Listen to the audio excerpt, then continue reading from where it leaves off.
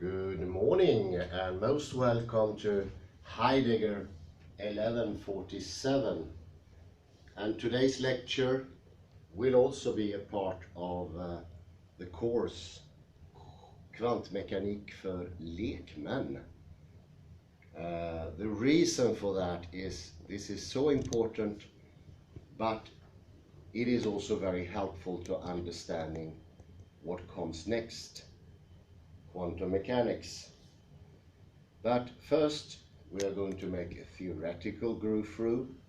I will tell you the circumstances before, under and after, and also how one tried to save science from what happened, so to speak. And then short break, and we will do practical things as advised by my colleague Lundahl here, and we will try to film that as best as we can. I will try to re-perform those at a certain point in the course Kvantmekanik för lekmän. The book I'm using is Stephen M Rosen's fantastic book Dimensions of Apeiron. It will be put into the description of the video. It's good because it could be the only book that really tries to describe these things for non-scientists. And a person who stretches into his soul like Stephen M. Rosen and managed to find ways of showing us non-quantum scientists, non-advanced scientists, what really happened, because I dare you to find a better book about this. Page 16. In the preface or preface to this book, I cited the philosopher Jasper's comment on how science changed in the century that followed the philosopher Kant. Quote, "It extends further than in Kant's time. It's more radical than ever, both in the precision of its methods and its consequences." Jaspers goes on to tell us that in the very extension and refinement of science, the limitations of scientific knowing have become much more transparent.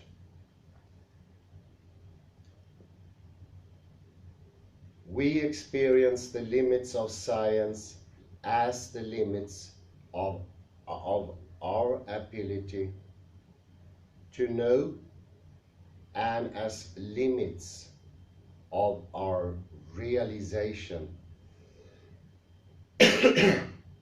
of the world through knowledge. The knowledge of science fails in the face of all ultimate questions. For my part, I would emphasize that the barrier science reaches as it progresses into the 19th century was not merely an external one. It was not simply that the scientific approach was found to be inapplicable to traditionally non-scientific fields of knowledge. It was that fundamental problems arose within science itself. As physics pressed toward even higher levels of exactitude, extending itself to the extremes of measurement, to the limits of its scales, ultra high velocities,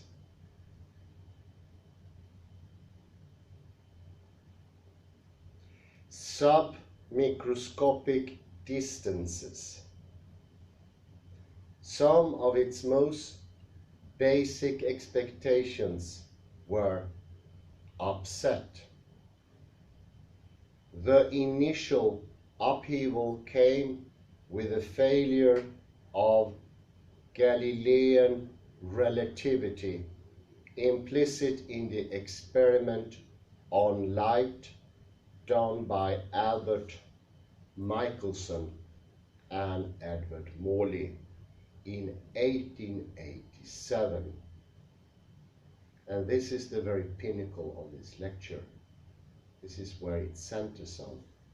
Michaelson and Morley. I've made this for remembrance. 1m above, 1m under. Under and reverse because it turns everything upside down.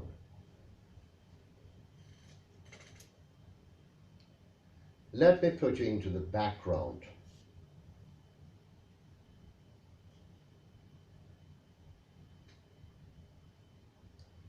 In the course of the 19th century, concern with the influence of relativity, crude mechanical forces upon ponderable bodies gave way to an in-depth investigation of more subtle phenomena of electricity and magnetism. By the 1870s, the research of Michael Faraday and James Clerk Maxwell had culminated in the theory that all forms of electromagnetic energy, light included, are propagated waves. It seemed obvious that even though an electromagnetic wave was a more elusive phenomenon than were mechanical waves, such as those found in water or air, it nevertheless required a medium through which it was transmitted.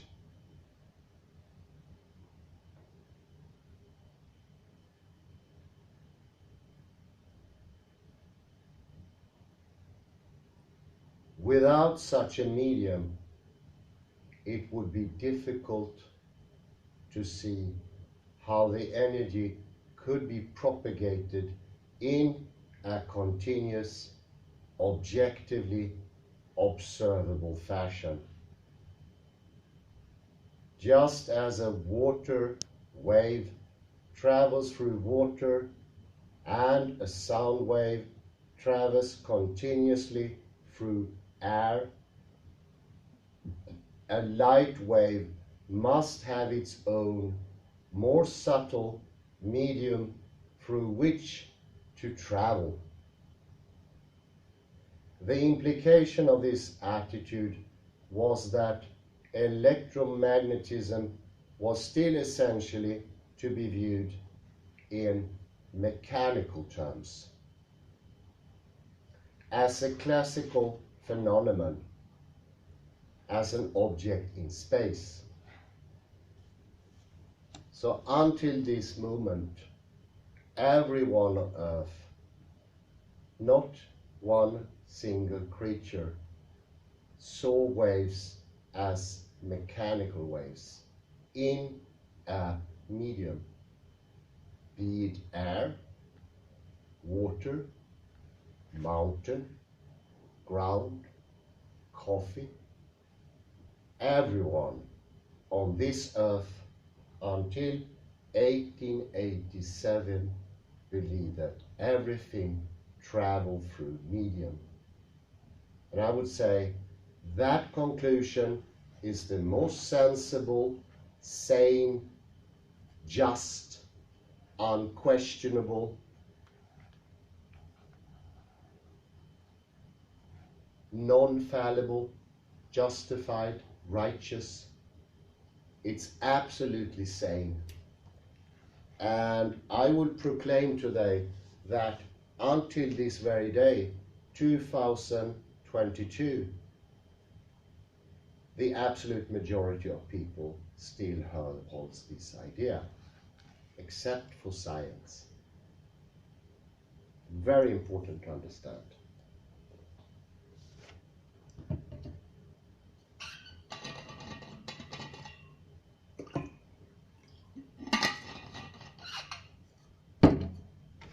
My aim of this lecture is that you understand the difference. That is the problem. Not that you mechanically repeat that waves can travel in nothing. Really understand, and that is rare, very rare.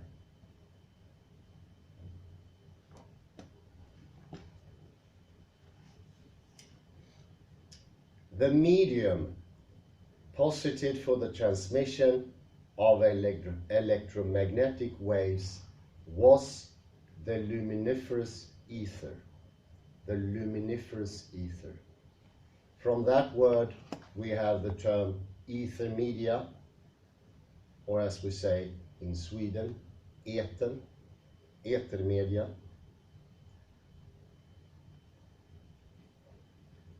The ether was said to pervade the entire universe and was alleged to be a paragon of purity. So fine-grained and subtle was the ether sea that it was utterly impossible to detect.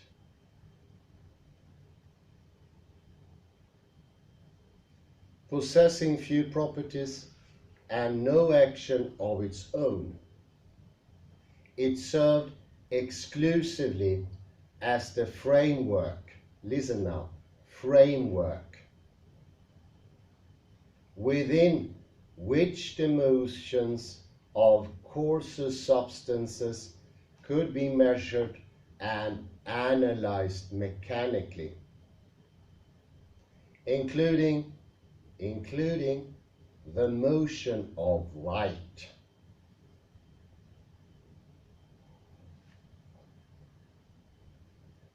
Being completely immobile, absolutely at rest, the ether would be the decisive inertial system. It would provide spatiotemporal continuity par excellence. It would be the coordinate system that would anchor the transformation of all other coordinate systems, rendering them all completely equivalent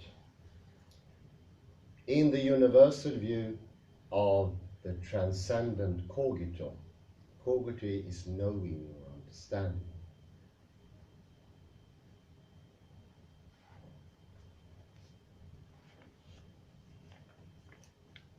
This had been the underlying hope and expectation of classical physics all along, and it would now be confirmed. Plato's leaky old vessel would be sealed hermetically once and for all. Apeiron would at last be banished in a most definitive way. I suggest that at bottom it was not just the success of physics that was at stake in verifying the existence of the ether. Well below the threshold of what 19th century physicists were prepared to acknowledge, something much more basic was at risk. that was the stable sense of an individual identity that had been cultivated from at least as far back as the mythic epoch, was now open to question, as we will shortly see. And what Stephen M Rosen is referring to is the vantage point, utgångspunkt, which is incredibly important in the classical mind. Without that one, everything falls. It is the other side of the ether, so to speak. But here it also serves as the ether.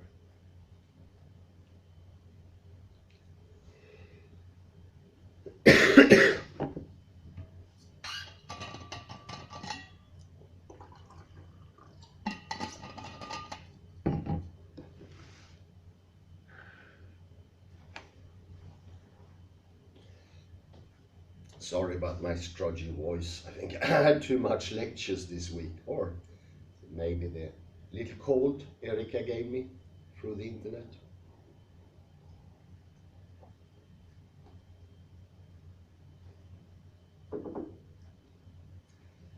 An important milestone in mid-19th century science that made it possible to test the theory of ether was the development of the ability to directly measure the velocity of light achieved by Armand Fizeau in 1849. It was this that Michaelson and Morley depended upon in devising the interferometer for their crucial experiment. The interferometer was the velocity measurer, so to speak, that calculator. If it was true that light moved through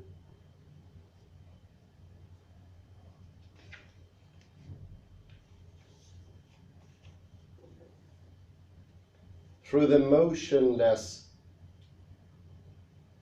ethereal continuum, then the key principle of Galilean transformation should apply.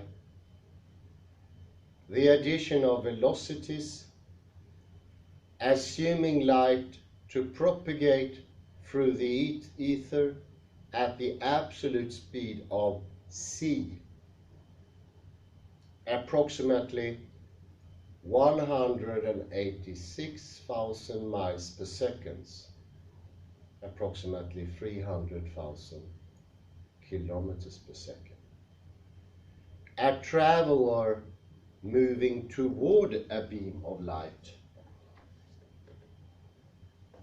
should observe the beam to be approaching her at a velocity greater than c.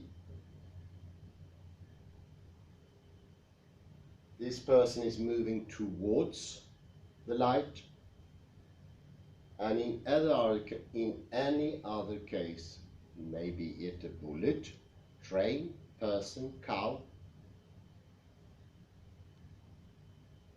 her movement will be added to this movement, no matter what it is. And that goes for every case in the universe, all cases. There are no exceptions. Until 1887. Oddly enough, it doesn't alter. For some ludicrous reason, it is the same speed of light. Still, it should be more, but it is the very same, which is absolutely bonkers.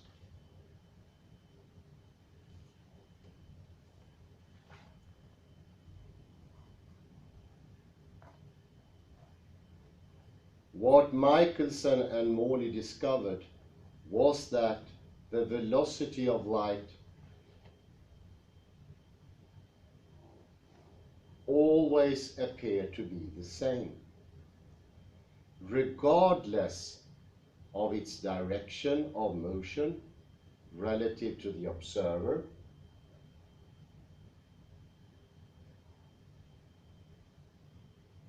This astonishing result sounded like the death knell of ether theory.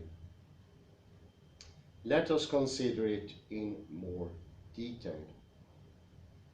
The failure of Galilean relativity was indeed baffling to the classical eye.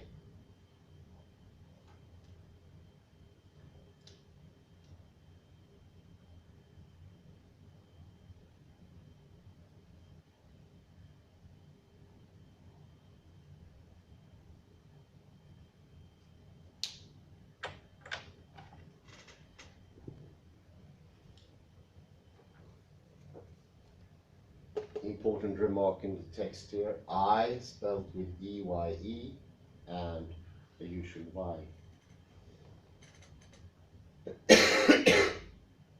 They have the same pronunciation in English. Rosen uses that to help the understanding. Clever move.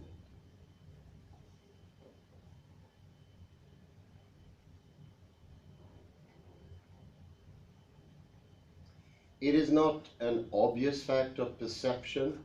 Is it not an obvious fact of perception that if I change my perspective on an object I'm viewing, its appearance will change accordingly? What the Michaelson-Morley experiment demonstrated in its abstract way was that when the object being considered is light, the familiar principle of experience does not apply. And this is going to be the experiment. So I will return to that very vivid, just going to put my, I will not read it now. I'm just going to show, if I move this book, it will look differently here when I look at it. This is different. This is different. This does not listen. This does not apply to light. It doesn't change. Doesn't change angle, direction, or velocity.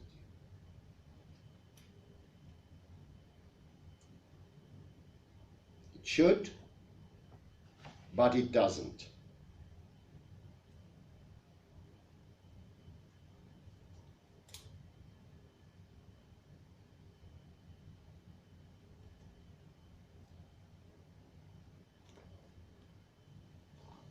And what does that make for identity? The I, the origo, the starting point.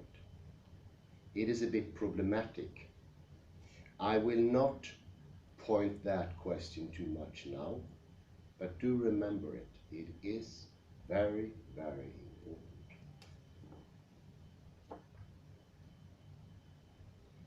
We know that the maintenance of classical identity is essentially predicated on separating subject and object in such a way that whereas objects change concretely, the subject and the space in which it operates remain abstractly the same. The concrete change I expect to see when I shift my position in respect to a book, a house, a person, presupposes the spatial context within which I make the observation itself, and that perspective does not change. What is surround should not change. Otherwise, if it did change, how could I trust what I saw?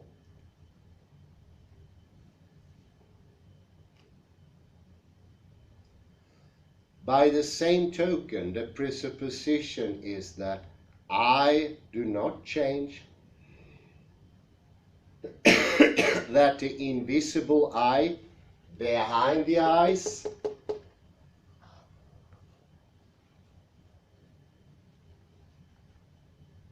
remains indivisible or indivisible, visible as vision. No split vision was accepted. It retains its individuality as a book or whatever. It is because a solitary individual lies behind the multiplicity of concretely shifting perspectives that sad perspectives are readily interchangeable. I can change them into one identity, with one being continuously transformable into another in a very predictable fashion. Confirmation of these very predictions serves to confirm the cogito sense of himself. So it's a reciprocal thing. Our understanding itself is based on this. What I stand on, what I presuppose in every thinking moment. I would say every single book in this vast library take indirectly as a presupposition a stable outlook.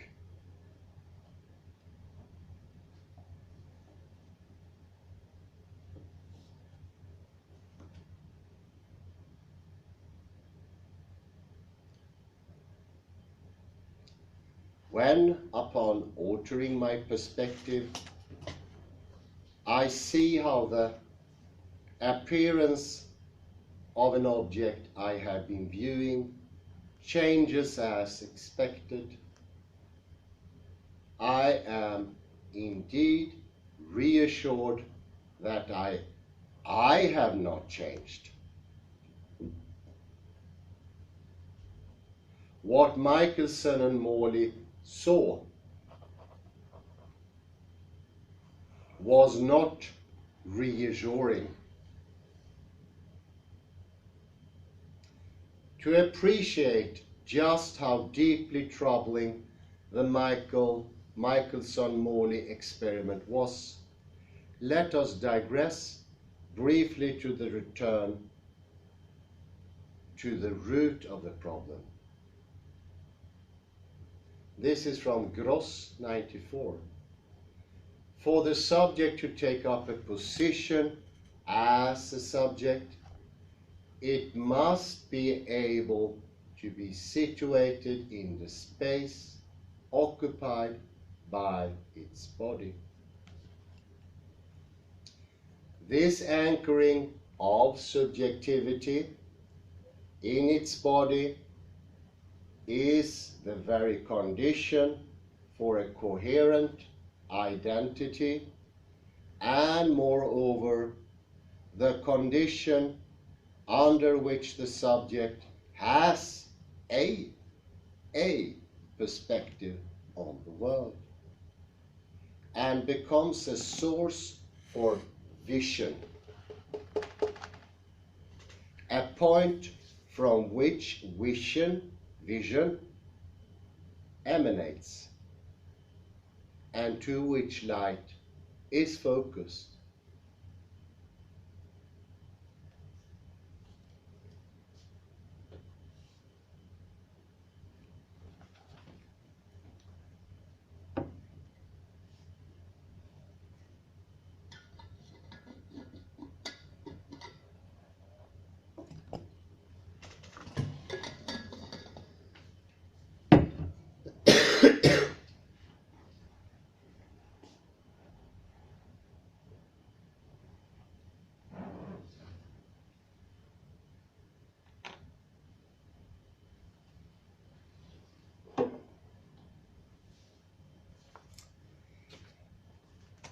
The emergent subject is the focal point organizing space.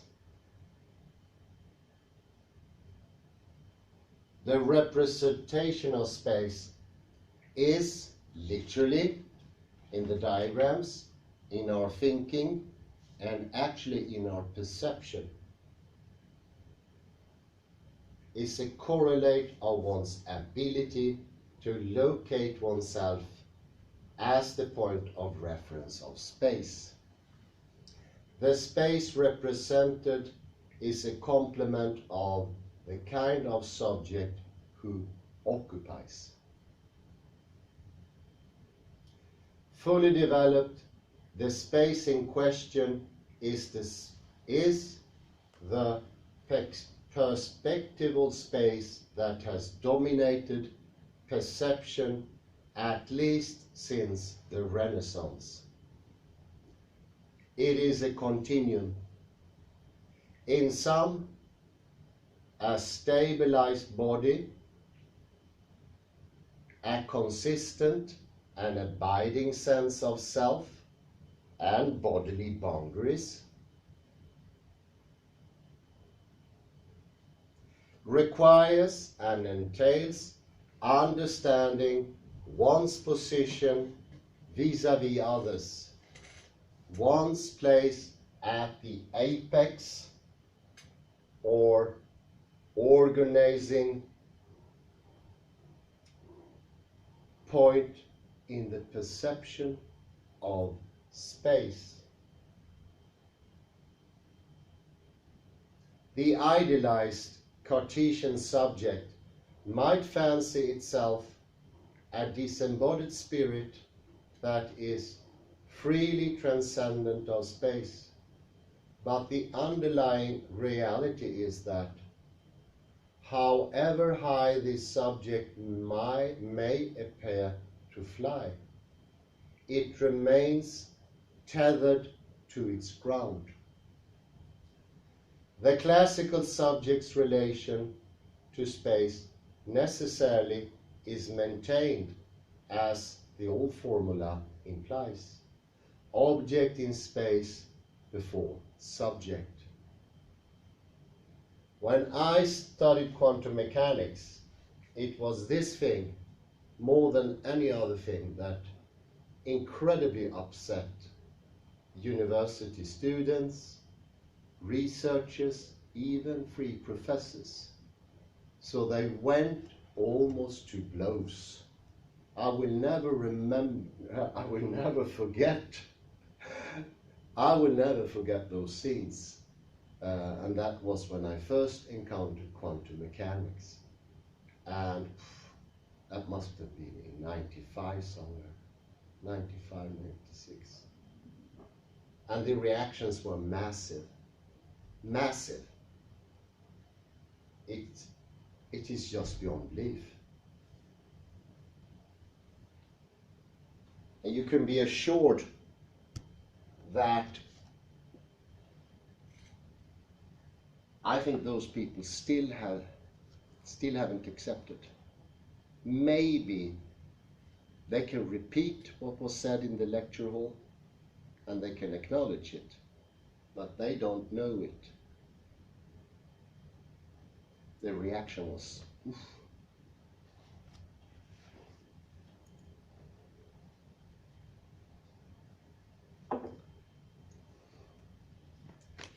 Gross's analysis of Sigmund Freud and Jacques Lacan demonstrates the close parallel between the development of subjectivity in history of human culture on the one hand, and the early development of an individual child on the other. Freud's concept of primary narcissism implies that there is a primary constancy grounding all others, the image of one's body, which constitutes the earliest manifestation of the ego. Because one's imagined body serves as the frame of reference from which all observations are made. An object seen to change with changes in perspective can be taken as the same object only insofar as the observer's body is implicitly sensed as remaining the very same. And this is actually named Objektskonstanz. Object constancy. Object constancy thus depends on the subject's constancy, or in Freudian terms, of the constancy of the ego. So things that were firmly established already in childhood, for some reason, clashed with the discovery of Albert Michelson and Edward Morley in 1887.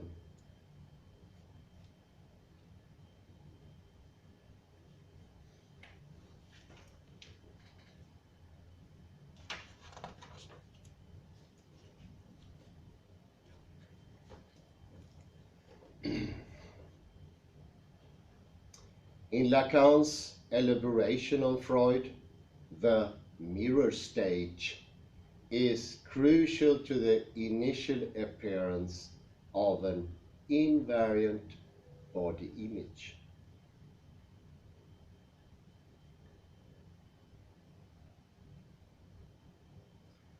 The child begins to develop a stable sense of its identity, to form an image of its own body as a whole, when the mother's body can be mirrored back to its primary object or alter ego. This possibility arises at around 6 months of age and depends in turn on the psychological separation of the infantile body from that of the mother. Gross, in drawing on Lacan, thus observes that it is in this mirror stage that the division between subject and object, and even the subject's capacity to take itself as an object, becomes possible for the first time. And of course, this is the stage in which space first appears. It is through space that the confirmation of one's basal identity is mirrored back to one. In encountering expected variations in appearance of the mother's face with changes in perspectives upon her, the emergent individual is reassured that he is indeed one. It is this primary reassurance that anchors human identity and eventually makes possible for the quest of unity in science.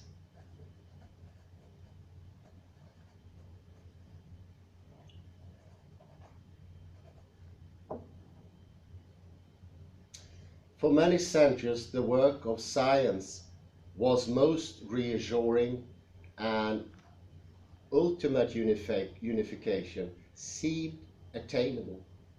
Then came the age of light, behold, and the crucial experiment of Michaelson and Morley. Just why was it that the velocity of light did not change regardless of the frame of reference these researchers developed?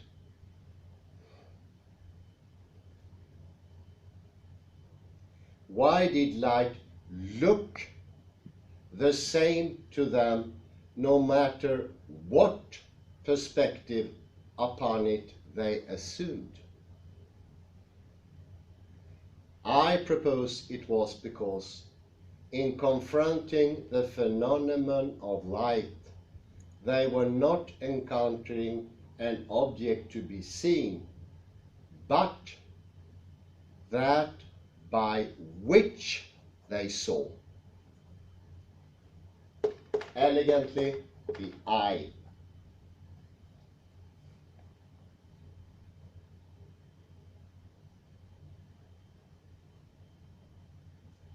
As physicist Mendel Sachs put it in his inquiry into the meaning of light, quote, "What is it that propagates from an emitter of light,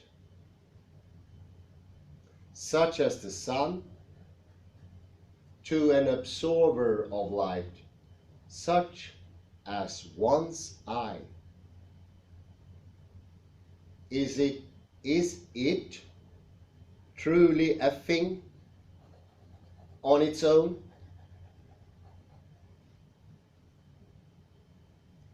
Or is it a manifestation of the coupling of an emitter to an observer?" Sachs' rhetorical question suggests that the phenomenon of light, instead of lending itself to being treated as an object open to the scrutiny of a subject that stands apart from it, must be understood as entailing the inseparable blending of subject and object. Ever since the mirror stage, what we have viewed has been limited to the object in space. Illuminated by light, the myriad of objects have mirrored back to us their implicit confirmation of the unity of this subject. This unviewed viewer, but what light per se mirrors back is our own viewing process, that in which subject and object, viewer and viewed, are indissolubly fused. If we gaze into the mirror of light with the all expectations, we are certainly in for a shock. For what we see in the glass is nothing. That is, no thing, no well-defined object of any kind. Light mirrors back to us the indeterminate, the unintelligible, and inchoate flux of opposites or contraries. This gives us a little glimpse of the Apeiron.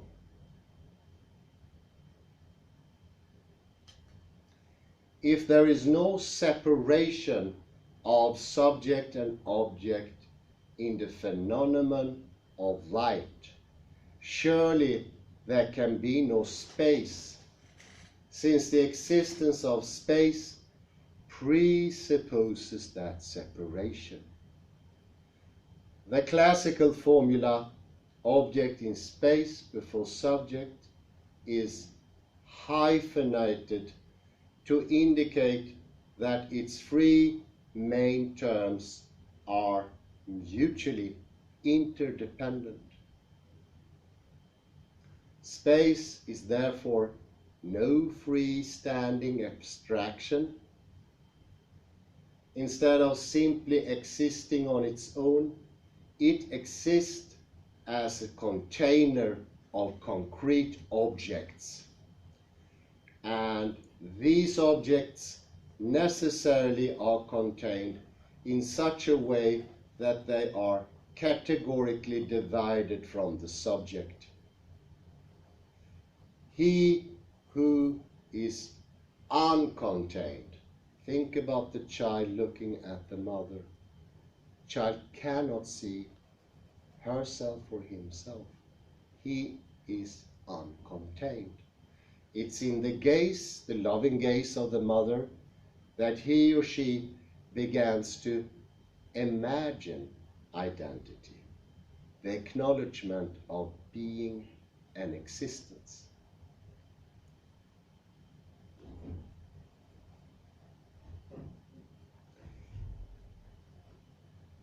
If the objects were not thus sealed into space, if the subject was not sealed out, the spatial seal would be broken, ripped. Just such a breach is signified by the fusion of subject and object encountered in the phenomenon of light. It was for this reason that the findings of Michaelson and Morley, instead of confirming the existence of the ethereal continuum as expected, pointed to an alarming loss of continuity. You should compare this to the project of Gödel. He did not expect to find what he found. No one did. And we have to remember what Michaelson and Morley were out to get. It sure wasn't what they got.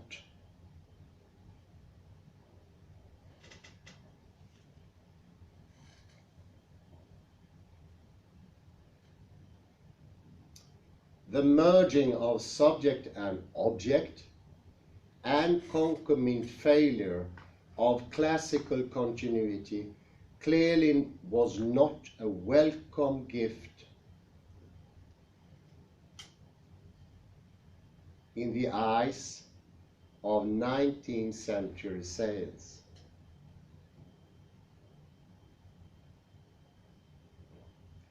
It had been the separation of subject and object that had marked the first step toward individuation thousands of years before. In the mirror stage, the nascent subject had made its initial move toward autonomy by extricating itself from the chaotic womb of nature. In so doing, wild Mother Nature had been subdued, transformed into an object in space. The projection of object in space before subject thus constituted the essential act whereby the cogito emerged from the irrational flux of Apeiron. And note on the Apeiron, that is Mother Nature, the unbounded, the unknown, or why not, and I think that's the best description I can think of, the unknowable.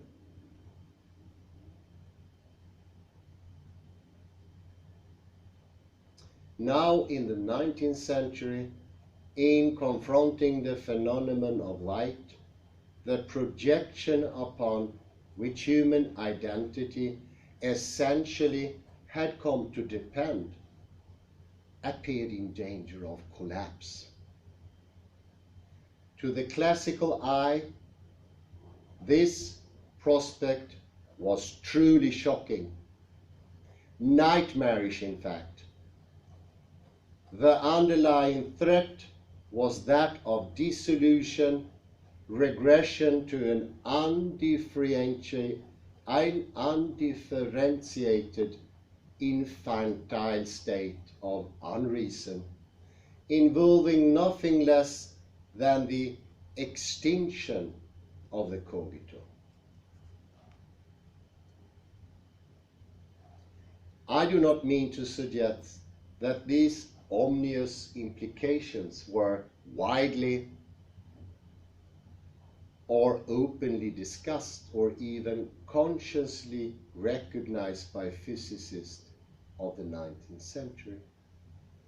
To most, while the Michaelson-Morley findings certainly posed a fundamental challenge to science, it was one that could be addressed in a scientific fashion, though an unprecedented level of ingenuity would have to be brought to bear on the problem.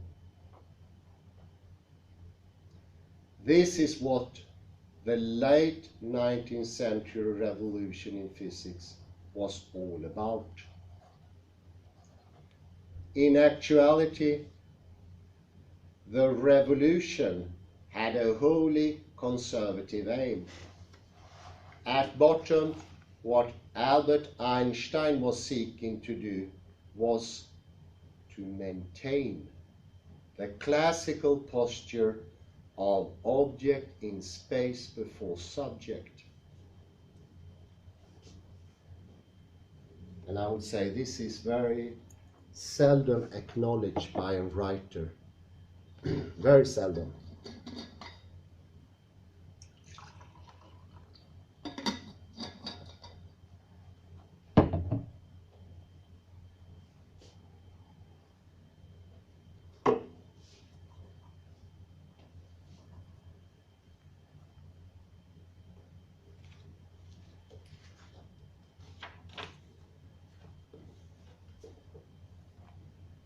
So I will briefly mention Einstein's effort and then we will go into the experiment.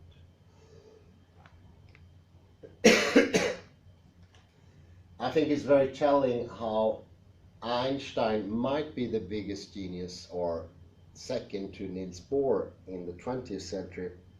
He puts all his efforts on maintaining this nascent ego, the I. And the whole thing he does is astonishing.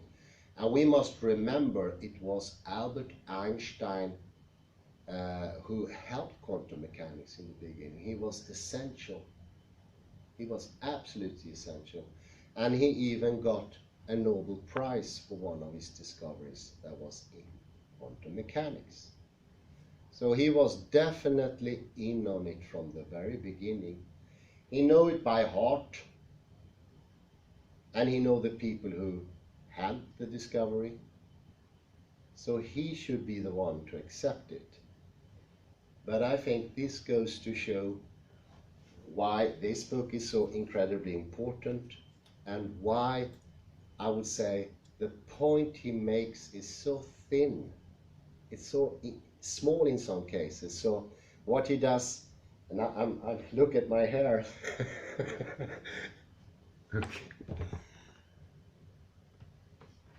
It's so thin, it's so meaningless. So what Stephen M Rosen does, he magnifies it. Yes, Kalle?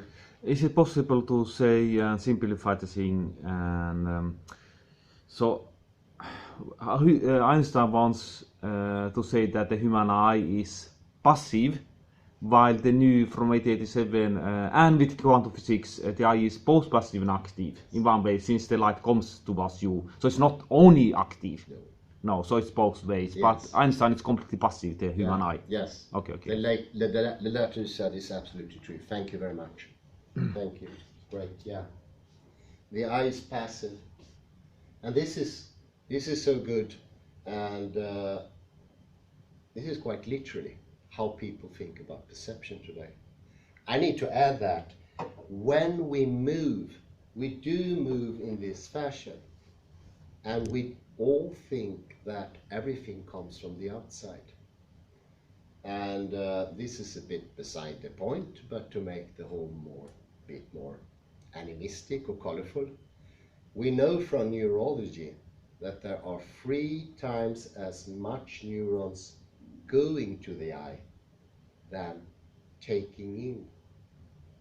So it's a both active and passive process, just as Kalle said.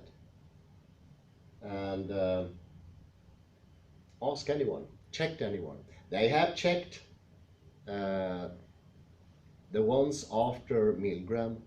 The neuroscientist has checked, and everyone believes it's all out there. I do nothing.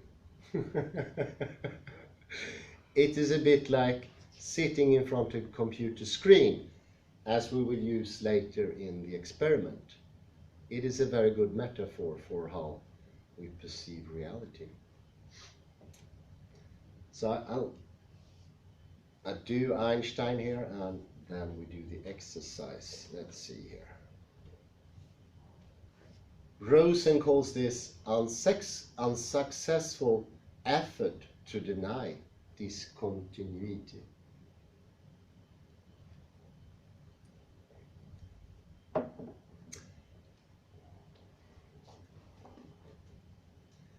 Einstein's theory of relativity is essentially cooptative. It accommodates the electromagnetic challenge to classical intuition in such a way that the challenge loses its force. The brilliance of Einstein lay in the fact that at the very same time that he accepted the gap in the classical continuum, why, he could hardly do otherwise, giving the demise of the ether. He found a way to seamless fill it in. It is this that is responsible for the popular confusion over the meaning of the term relative in Einstein's theory.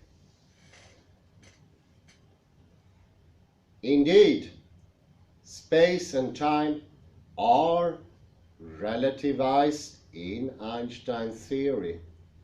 We know that prior to Einstein's, these dimensions were assumed to be absolute parameters of change that did not themselves change.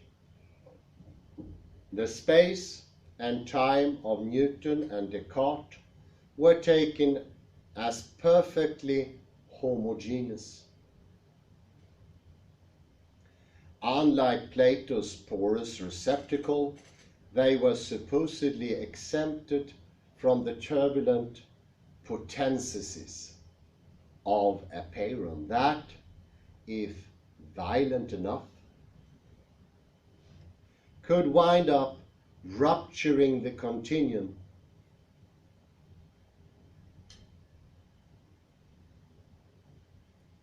What did change on the classical view?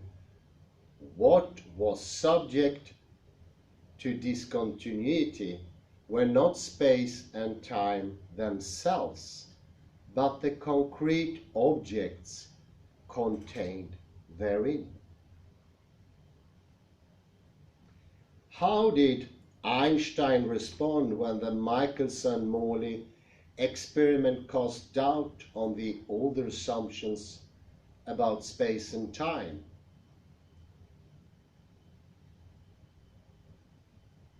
In dilates, in effect, he said, let space and time themselves change. This transformation of space and time certainly appears to dynamize physics and render it concrete for now. Not only do objective events entail dynamic processes, also in process is what previously had been taken as the abstract, utterly static framework for those events. In thus introducing the change at the fundamental level of space and time themselves, Einstein did seem to be challenging the classical order of object in space. before subject. And yet the philosopher Bertrand Russell was prompted to declare that Einstein's theory was misnamed, since the theory actually seeks a description of nature that is anything but relative. It is clearly an oversimplification of Einsteinian relativity to say, without qualification, that in it space and time change. Einstein did not simply posit the variability of space and time. Instead, he declared that while these terms previously had been taken as invariant, they must now be seen as undergoing change with a new context of invariance. Yes, time is now deemed relative. No longer can we assume a universal clock that enables observers in different frames of reference, traveling with different velocities, to synchronize their watches with absolute precision. But while time is no longer absolute, what is absolute is space-time.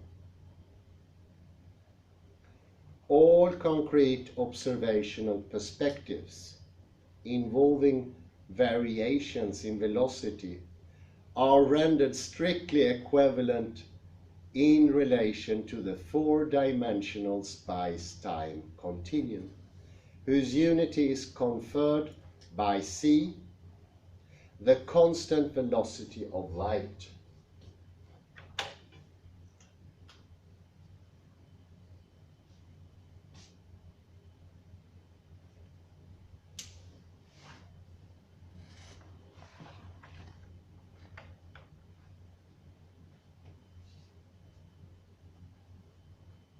The Michaelson-Morley experiment had intimated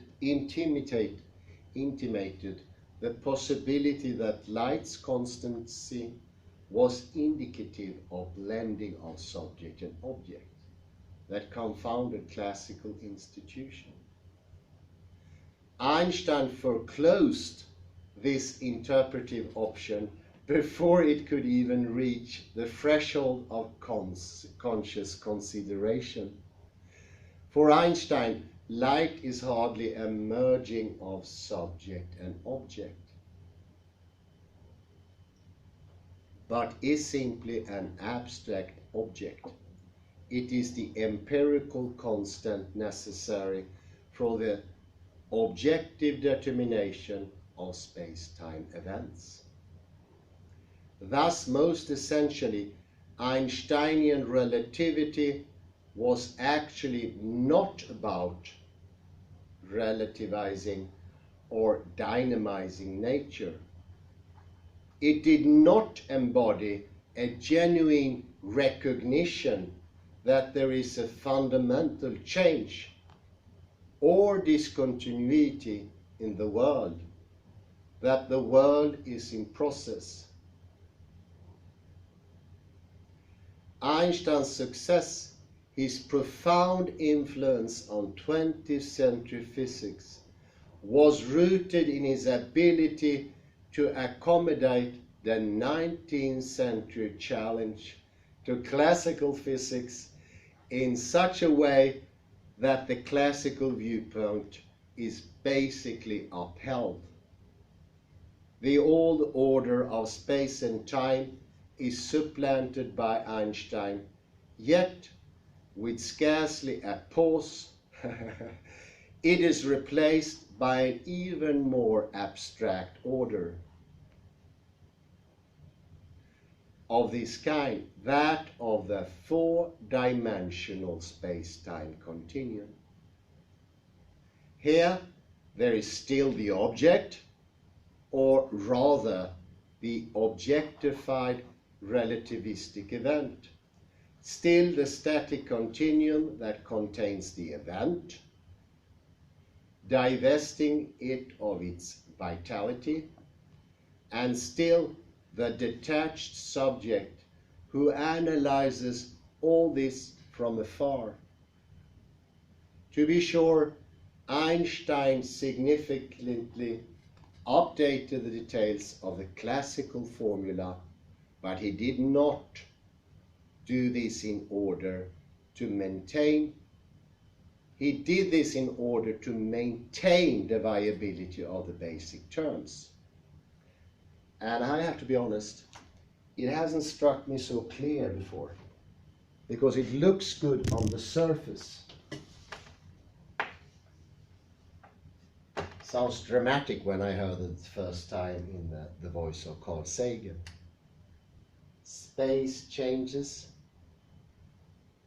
time changes, something moves very, very fast.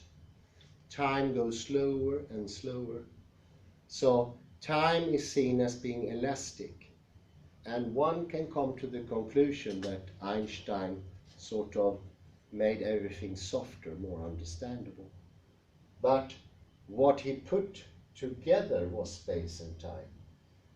So they together do not change. The sum coming from this does not change. So in a way, it could be called a trick. It's easy to fall for. If space changes, time changes in the exact same ratio.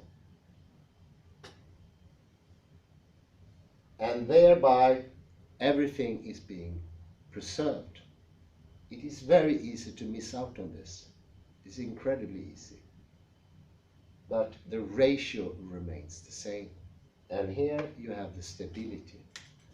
So the world didn't have even a chance to grasp the interesting result from the Michaelson-Morley experiment. Instead, it was snatched already in the crib and, to exaggerate it, strangled by Einstein or put into prison once more.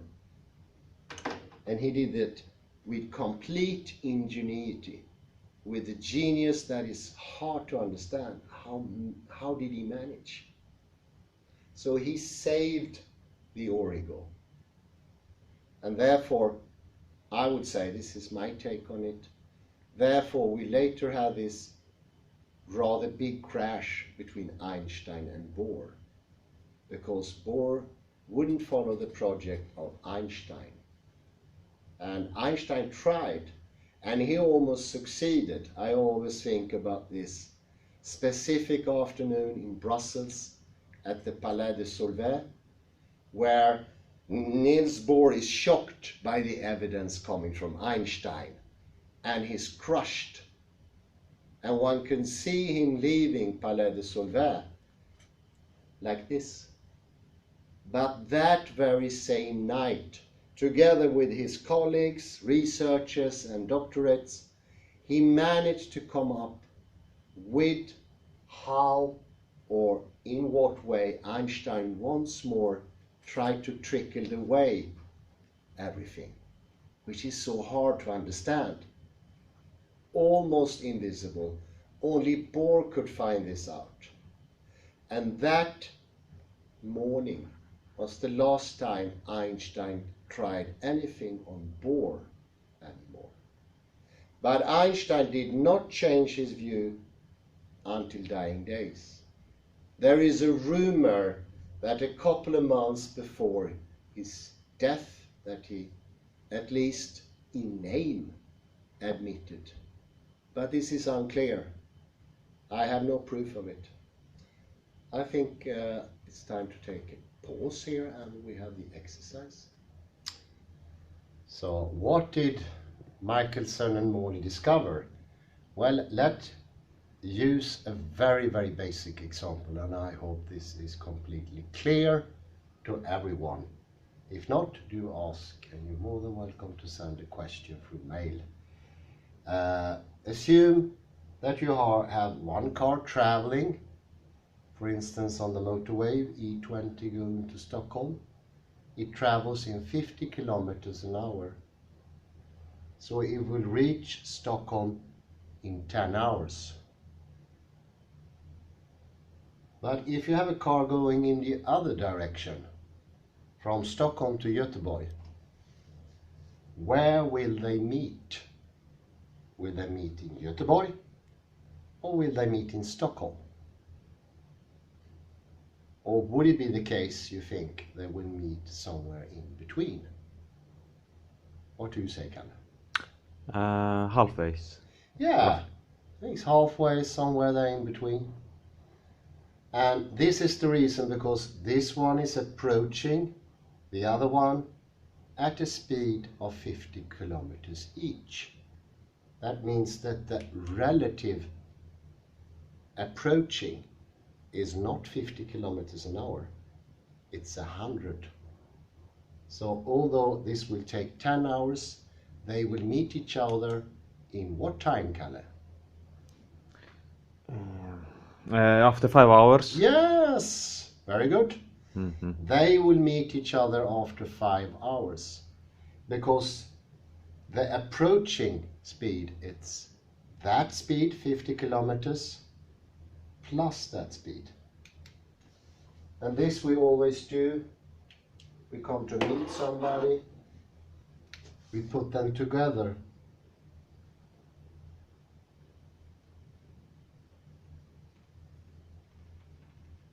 Make 100.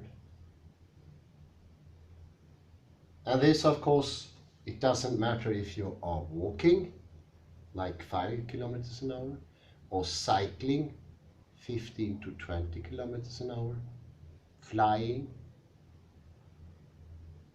throwing something. Throwing two things at each other, two balls, will hit each other after half the time. This is absolute time. This is relative time. Two light beams. And here we have light. And I will turn the light off. You can keep it on the same angle. Light does not work this way at all.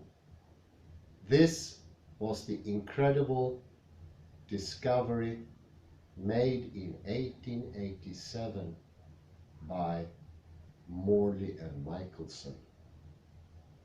How does light work? Well, light is always one speed.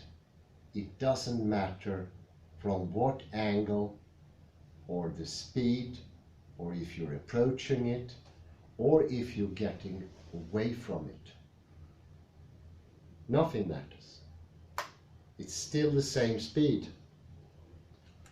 This is why Einstein could call it a constant. It is unchangeable.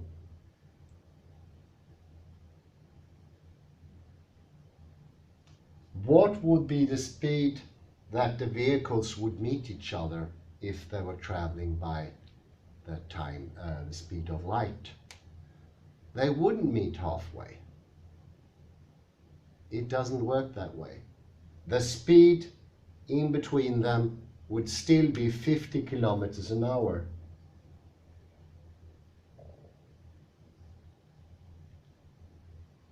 Doesn't get more crazy than that. And that means that light doesn't have an angle. It doesn't have an origin in normal sense. Because origin, it demands that things takes time. But this is unchangeable. It's incredibly odd, and of course they tested, retested, they could not understand what they found out. And I would say the understanding of the Michaelson-Morley disappeared with Einstein. I realized that more and more. And it was rediscovered in quantum mechanics, but never shouted out like M Rosen does. Because it seems so it could be put in terms that makes it almost unimportant. But let us give an example. If the world was like light, or light demanded what was ruling the world, this screen, I'm going to borrow this for a while. Imagine that you're sitting in front of the computer screen. You will see it like a rectangle. You can come here, Cal, and have a look, see. It would look like a rectangle. You see, stand next to me and look into the screen here. And what happens if we move? We can move together. It changes. It becomes a romp. What is the slant? It becomes slant. And if we go all the way, it is almost disappearing. One-dimensional. Becomes one-dimensional or two-dimensional. It loses it. So then we can go back and we can see the changes in the screen here.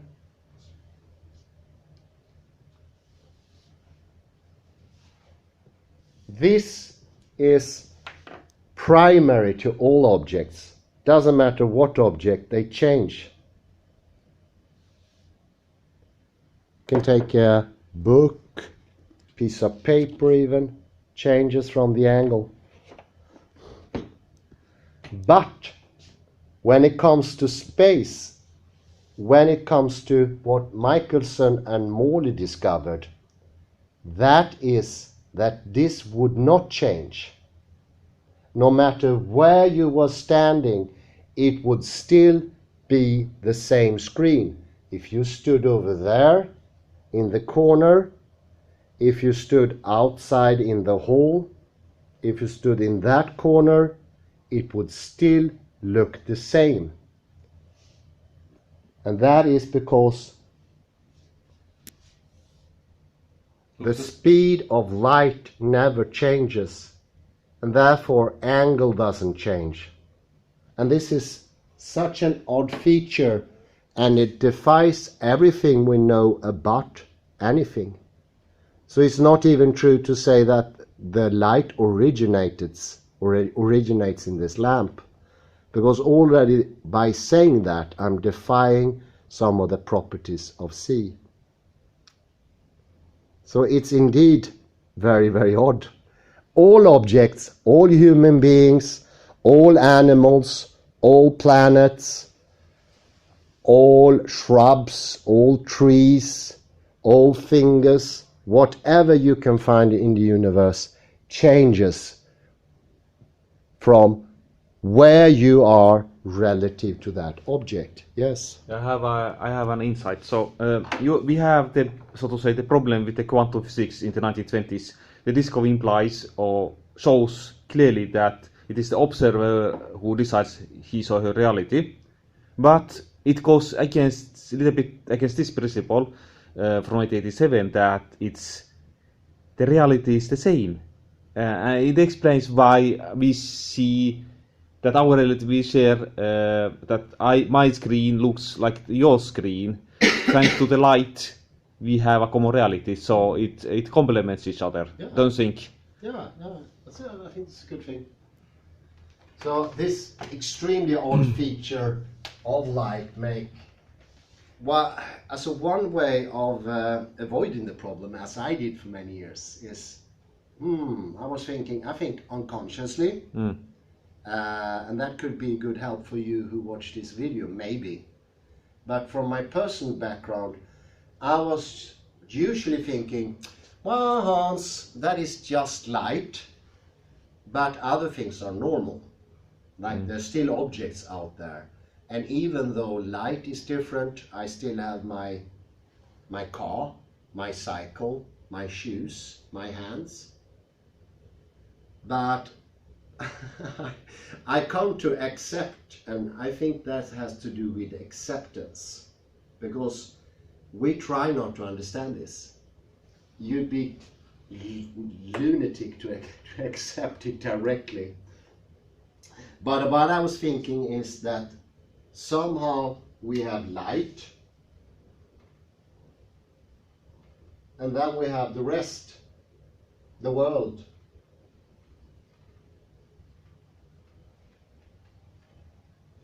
But that thing I built up was the same thing that Einstein built up. It is unjust. Light is what brings everything to me. Nothing would come to me if there wasn't light. How could my eyes perceive anything if there is no light? Light is what is part and parcel of being an object. So I was sort of tricking myself, thinking, the world is probably still stable out there. And it wasn't so much conscious thinking as unconscious thinking.